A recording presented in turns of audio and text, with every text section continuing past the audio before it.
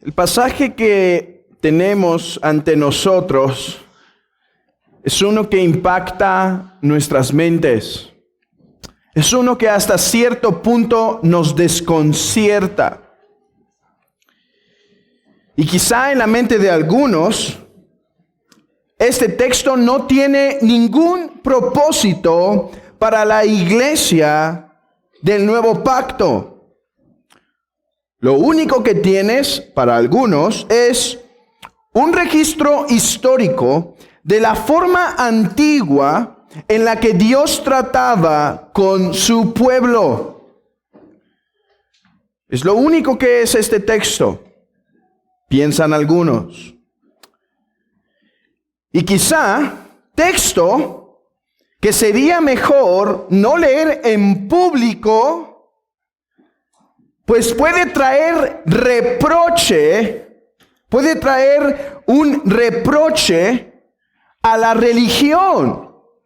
Pues al ver tal dureza, al ver una forma tan estricta de tratar, donde la pena capital se extiende no solo a aquel que mata a su prójimo, sino a cuestiones de idolatría, sexualidad y demás, sería mejor no leerlo.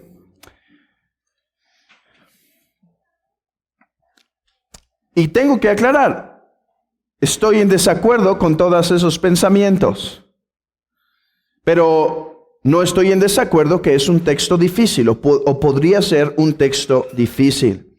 Así que a fin de que la iglesia del nuevo pacto, a fin de que nosotros, hermanos, la iglesia del nuevo pacto, pueda leer este texto y encontrar su importancia y valor, me gustaría hacer los siguientes comentarios que nos van a dirigir a la aplicación de este texto.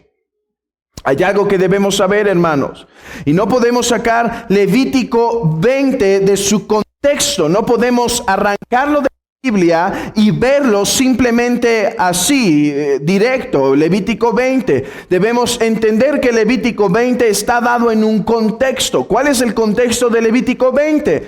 Bueno, el contexto de Levítico 20 es Levítico completo, Levítico en general. Ahora, si nosotros recordamos, cuando comenzamos a estudiar el libro de Levítico, hemos de recordar, hermanos, que el libro de Levítico continúa siendo la revelación que Dios estaba dando a través de Moisés. Esto quiere decir que el libro de Levítico 20, son parte de lo que es llamada la ley mosaica. ¿Qué es la ley mosaica? Bueno, no es una ley que inventó Moisés, no es una ley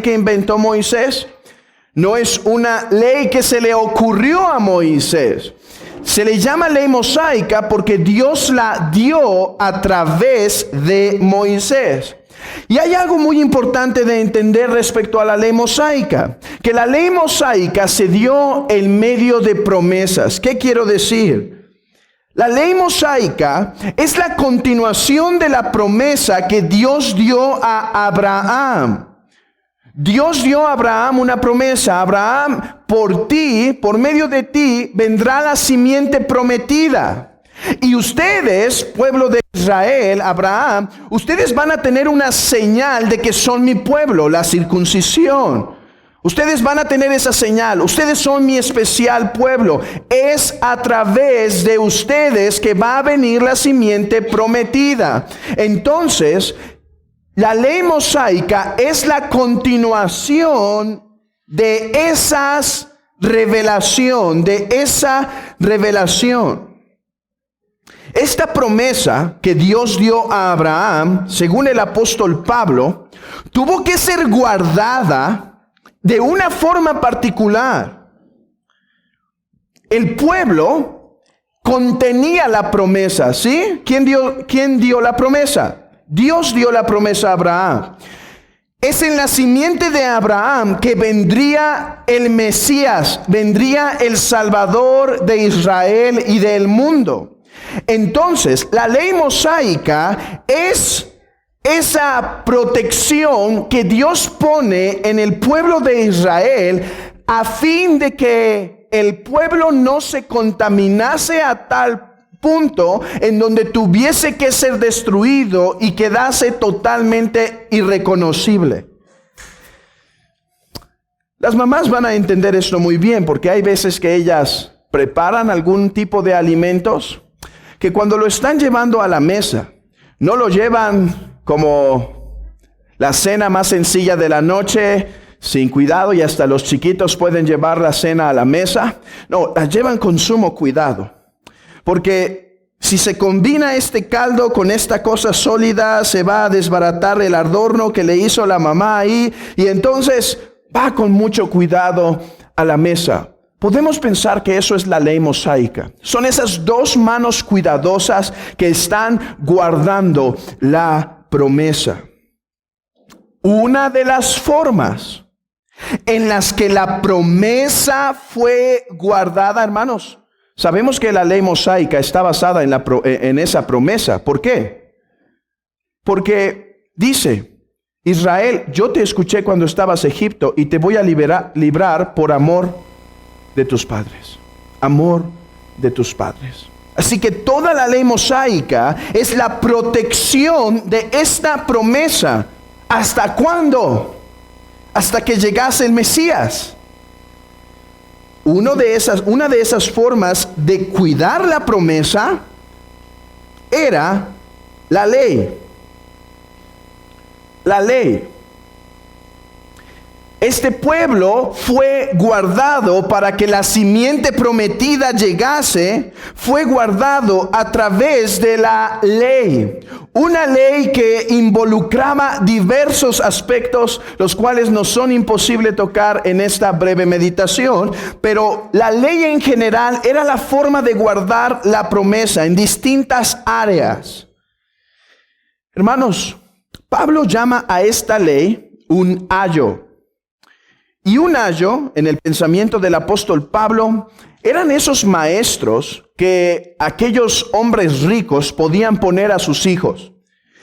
Y entonces, ese maestro iba a ser duro con el pupilo, iba a ser duro con el alumno.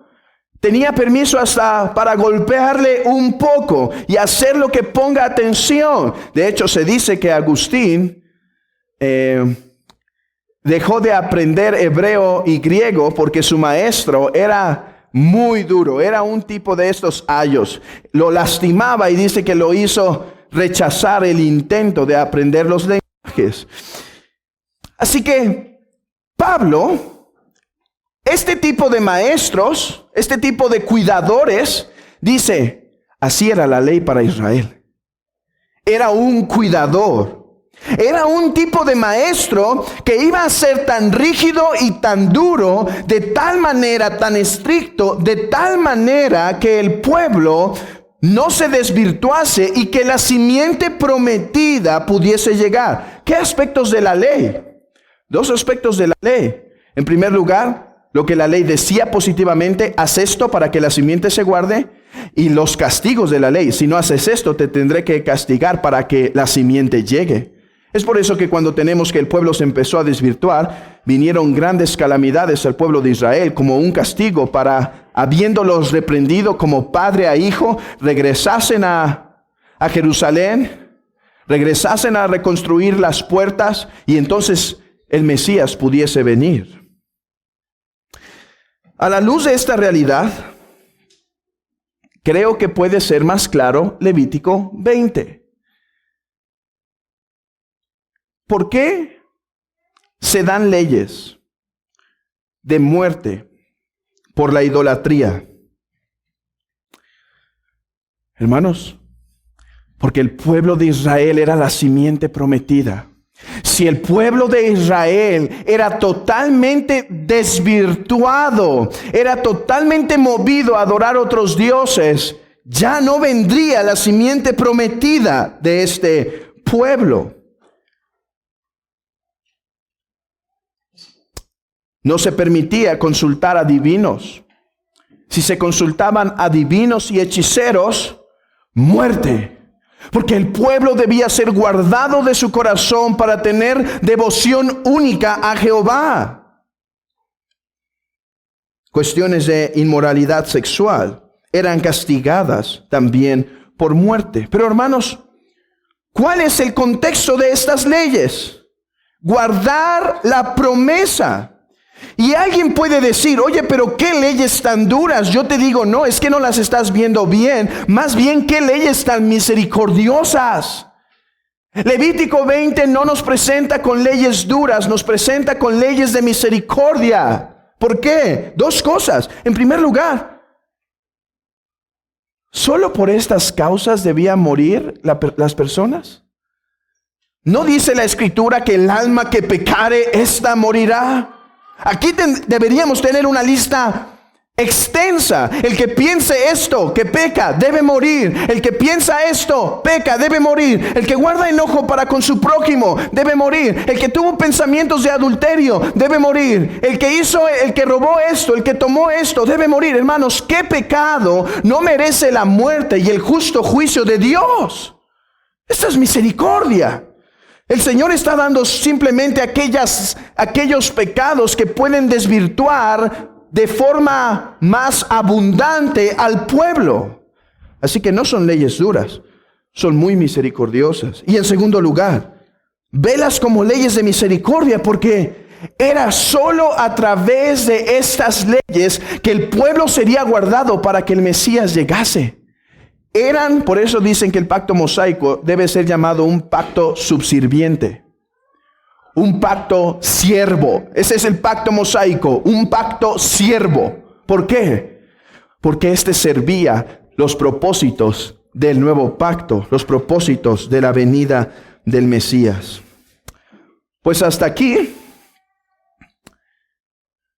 no creo que hemos avanzado mucho en responder a la pregunta: ¿cuál es el propósito de esta ley para con la iglesia del nuevo pacto? Yo espero que ya podamos entender Levítico 20 en su contexto.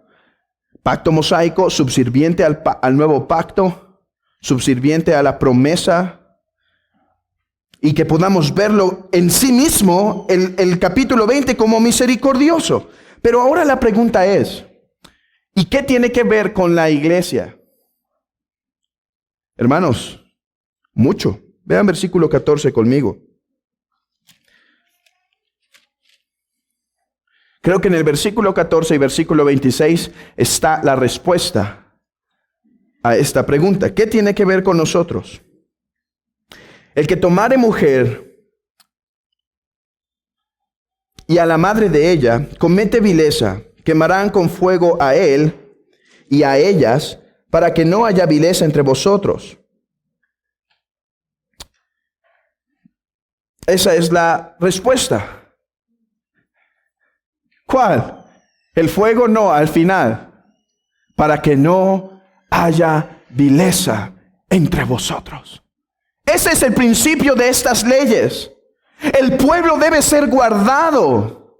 Cuando alguien cae, debe ser juzgado inmediatamente de esta forma, con esta pena capital. ¿Por qué? Para que no haya vileza entre el pueblo, para que no se expanda la maldad, para que no se corra. Debe ser detenido, como cuando la serpiente muerde al hombre, y debe ser puesta un torniquete, debe ser puesta algo aquí para tapar el veneno, debe ser inmediatamente obstruido.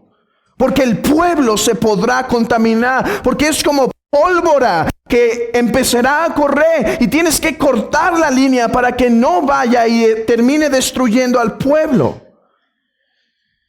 Versículo 26. Habéis pues de serme santos, porque yo Jehová soy santo y os he apartado de los pueblos para que seáis míos. Santidad. Ese es el principio para el nuevo pacto. Hermanos, la iglesia Dios sigue teniendo un pueblo escogido. Dios sigue teniendo un pueblo escogido, la iglesia. Este pueblo escogido todavía tiene que ser santo, porque Jehová, su Dios, es santo. santo. ¿Y qué deben hacer la iglesia para guardar la santidad? Hermanos, aplicar el principio de Levítico 20. Aplicar el principio de Levítico 20. ¿Qué estoy diciendo? El principio, ¿sí? No la ley como tal, el principio. ¿Cuál es el principio de Levítico 20? Corta el pecador para que no te contamine el pueblo. Hermanos, es interesante. Pero en 1 Corintios 5 tenemos el caso preciso para explicar lo que estoy intentando de proponer aquí. Y es que en 1 Corintios 5, como ustedes saben, hay un hombre que está cayendo en un tipo de pecado que Levítico 20 considera de muerte. Levítico 20 considera de muerte. ¿Qué debe hacer la iglesia? Hermanos, vean que el principio es el mismo. Deben cortar,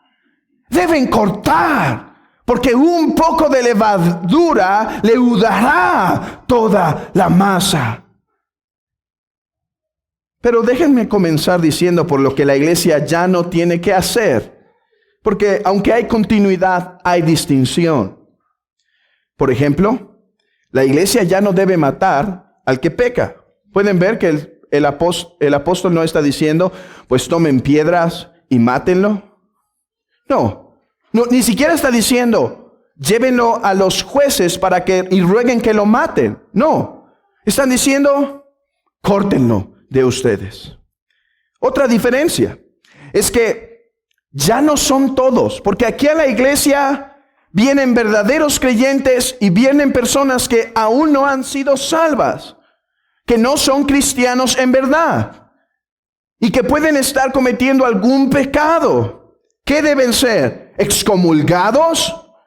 Pablo dice en 1 Corintios 5, no les estoy diciendo que no se junten con todo aquel que sea borracho o fornicario o adúltero. Les estoy diciendo que no se junten con aquel que llamándose hermano hace tales abominaciones. En la iglesia damos gracias a Dios porque personas con necesidad espiritual, esclavos al pecado, están viniendo. Damos gracias a Dios porque están viniendo y están escuchando. Y a la luz de Levítico 20 y en 1 Corintios 5, esas personas no deben ser echadas.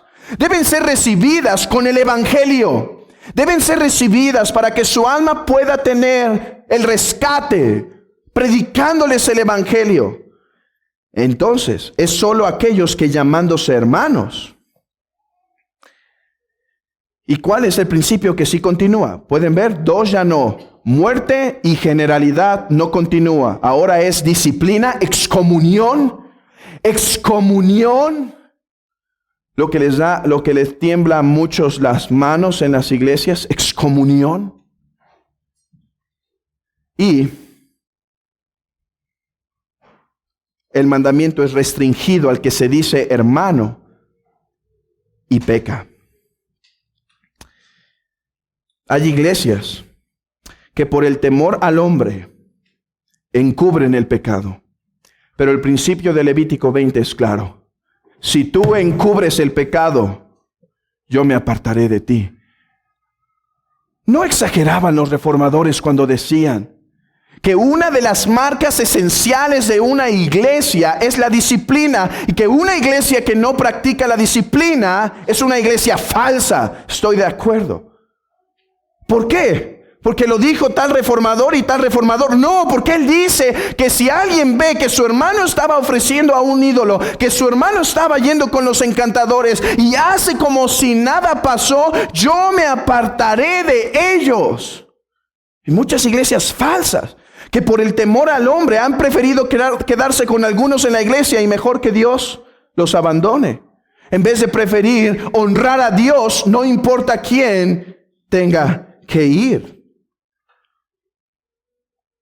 Hermanos, ¿no es verdad lo que dice el apóstol Pablo en Timoteo cuando dice que toda la escritura es inspirada y es útil?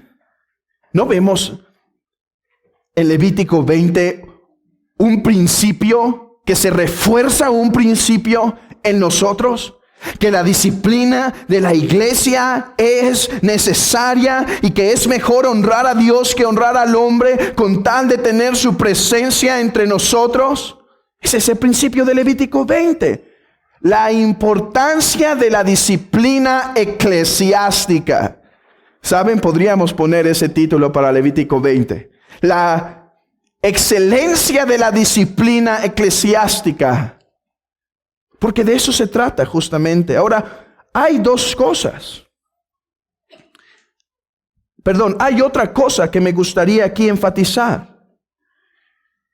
Y es no solo que debemos atender cuando hay pecado y no voltear el ojo como si nada ocurrió, sino por otro lado, hermanos, la disciplina eclesiástica nunca comienza con el pastorado de la iglesia.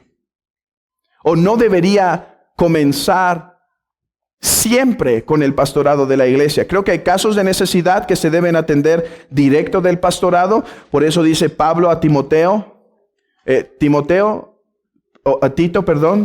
si alguno está causando divisiones entre ustedes, después de 1 o 2 amonestaciones, échalo. Esto es para ti, Tito.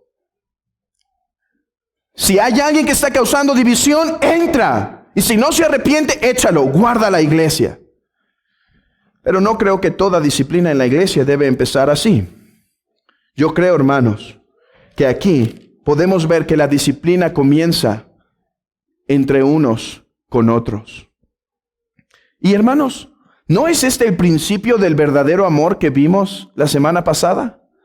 Que el verdadero amor en la iglesia no es simplemente cariñitos y sonrisas y gritos de felicidad. Que el verdadero amor consiste en exhortar al que peca. Hermanos, vean la claridad de Levítico en esto. Levítico 19:17 dice: no aborrecerás a tu hermano en tu corazón. Razonarás con tu prójimo para que no participes de su pecado. Razonarás con él, te sentarás con él, le harás ver que lo que está haciendo está mal, le harás ver que lo que está haciendo es peligroso, le harás ver que sus decisiones no son sabias, te sentarás y le advertirás que si sigue así va a quedar mal, razonarás con él. Hermanos, ahí empieza la disciplina de la iglesia. ¿Por qué? ¿Por qué la disciplina en la iglesia? Porque Cristo, nuestra Pascua, ha sido sacrificada. Cristo ha sido sacrificado. En verdad, Cristo tiene un pueblo santo. Y cuando alguien que se dice ser del pueblo manifiesta a leguas que no está viviendo en santidad, córtalo. Él predica un evangelio contrario al de Cristo. Córtalo. Hermanos, la disciplina de la iglesia no se basa sino en el amor y obra de redención de nuestro Señor Jesucristo, por el cual podemos estar aquí. Que Dios siga instruyendo a su iglesia a través de este precioso libro de Levítico.